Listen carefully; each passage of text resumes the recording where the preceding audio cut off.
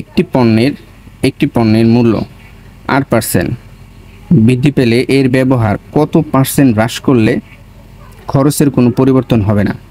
তার মানে একটা পণ্য যদি বেড়ে যায়, একটা পণ্যের দাম যদি বেড়ে যায়, তাহলে তার ব্যবহার কতটুকু কমালে, আগে যে আমি ব্যবহার করতাম তার থেকে কতটুকু কমালে আমার যে টাকা দিয়ে কিনতাম ওই টাকা দিয়েই আবার কেনা যাবে।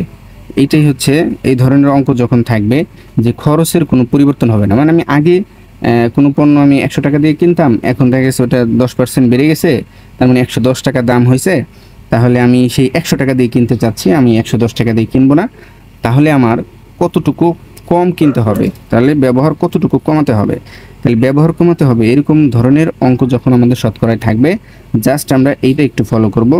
যদি বৃদ্ধি পায়, জাস্ট নিচে হরে 100-র সাথে যোগ করে দেব, আর উপরে 100-র সাথে গুণ করে দেব। দুইটা উদাহরণ দেখব, তাহলে আশা করি আরও ক্লিয়ার হয়ে যাবে।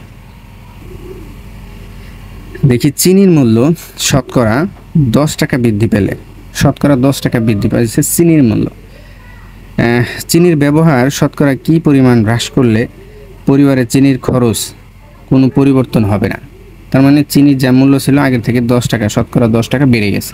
বেড়ে যাওয়ার পরে চিনির যে ব্যবহার এটা আসলে কমাইতে হবে। কি পরিমাণ কমালে আমরা আগের যে খরচটা ছিল সেই খরচই হয়ে যাবে। তাহলে আমি একটু আগে যেটা দেখিয়েছি সেই সূত্র দিয়ে যদি আমি করি, যেহেতু শতকরা ব্যবহার আমার কমাতে হবে, তাহলে আমরা লিখব